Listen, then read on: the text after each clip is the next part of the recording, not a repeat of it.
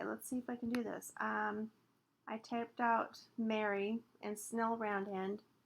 I can't say that right. Snell Roundhand and I did it separately. So let's see if I can weld these without any issue. I guess I never thought of trying that. I do different fonts, but I just never, or different sizes, I should say. I'll take a font from a word, or I'll type out a word and I'll ungroup it, and then I'll like manipulate like the first letter, like I did here. Oh, I can't move this. Hang on, let me get this up closer.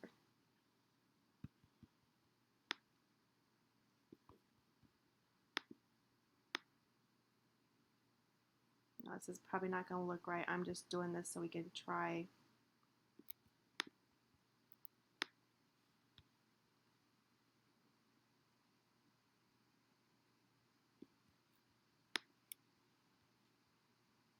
And since I've updated my program, you can see those blue lines to kind of help guide where they should be. That is new. I haven't noticed that before. There we go. Okay, so we can see that we're overlapping. Let's give this a try. Without grouping first, we're going to weld.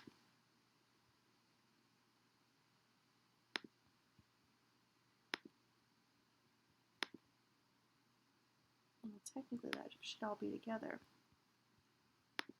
But, I'll be darned. Well, technically that works. I wonder why. I wish I had the same font you did on that one you showed me the first time. I think I saw it was Kismet or something like that.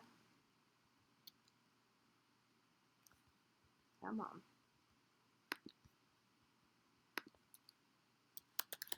We'll keep that together. Okay.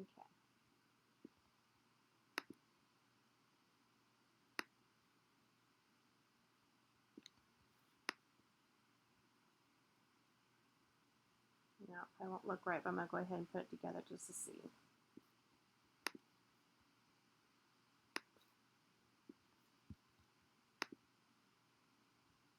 Nope.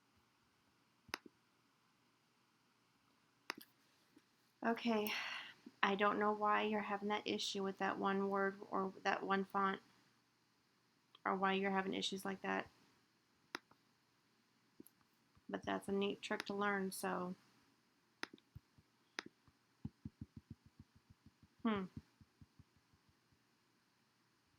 I don't know.